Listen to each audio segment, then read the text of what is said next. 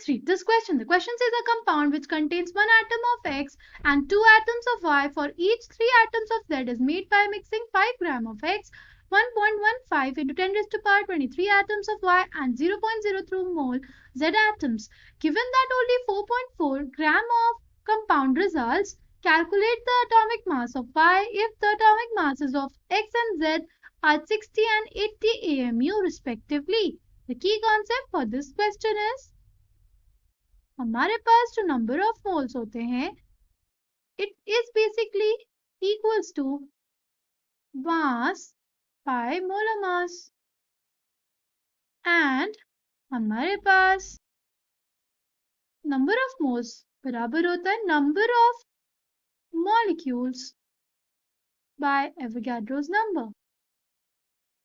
Now हमको दिया हुआ है कि एक एटम है एक्स का, दो एटम है y के फॉर 3 एटम्स ऑफ z। ये तीनों मिलेंगे तो क्या बनाएंगे हमारे पास ऐसा कंपाउंड जिसका एम्पेरिकल फॉर्मूला आएगा XY2Z3।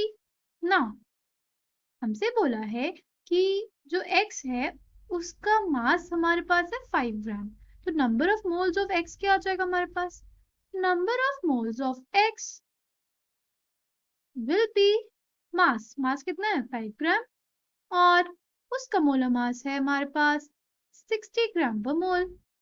ठीक है, हो जाएगा 1/12 मोल्स या तो बोले 0.08 मोल्स।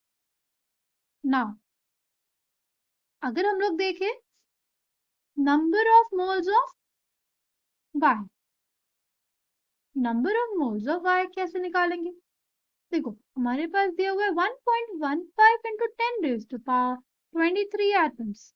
ओके, इसको हम लोग डिवाइड कर देंगे एवोगाड्रोस नंबर से 6.022 into 10 raised to power 23 mole inverse.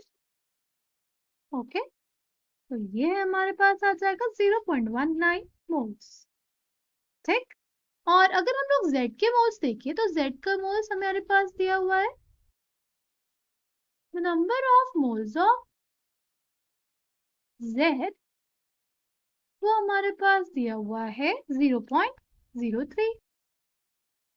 तो अगर आप देखें तो लिमिटिंग रिएजेंट क्या हो जाएगा हमारा इसमें, लिमिटिंग रिएजेंट हमारा हो जाएगा Z, लिमिटिंग रिएजेंट हो जाएगा Z। अगर Z हमारा लिमिटिंग रिएजेंट हो जाएगा तो जो पूरी रिएक्शन होगी it will work according to Z, यानी अगर हमारे x + 2y + 3z था तो अगर Z हमारा 0.03 है, इतने मोल्स रिएक्ट कर रहा है तो वो कितने y के साथ करेगा, वो 0.02 मोल y के साथ करेगा। देखो 3z हमारे 2y के साथ रिएक्ट करे तो 0.3 मोल z ने y के साथ रिएक्ट करेंगे 0.02 मोल और कितने x के साथ 0.01 mole. Law of conservation of mass, the mass remains conserved.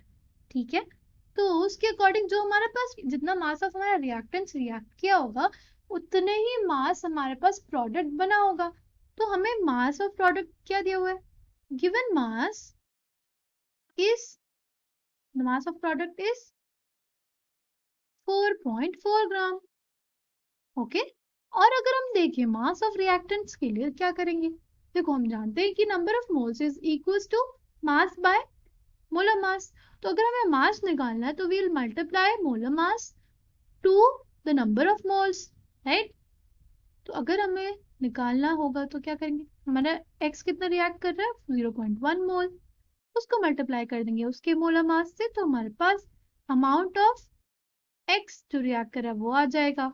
ठीक है, फिर हमारे पास है y का हमारे पास नंबर ऑफ मोल्स तो है ना, तो नंबर ऑफ मोल्स को मल्टीप्लाई कर देंगे y के मोलर मास से जो हमें निकालना है, राइट।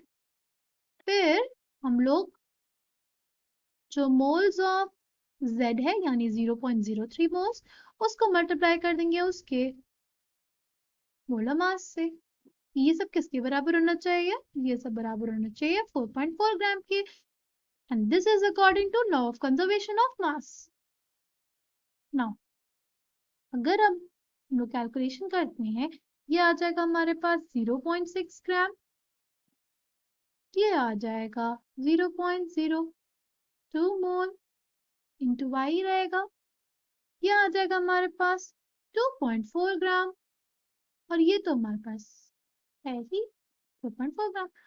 अब अगर हम लोग निकालना चाहें 0.2 मोल इंटू वाई बराबर आ जाएगा 4.4 minus 3.0 which is equals to 1.4 ग्राम, जाएगा हमारा 1.4 ग्राम के। अगर हम लोग y निकालना चाहें, अब निकालेंगे 1.4 gram divided by 0.02 mole is equals to 70 gram per mole.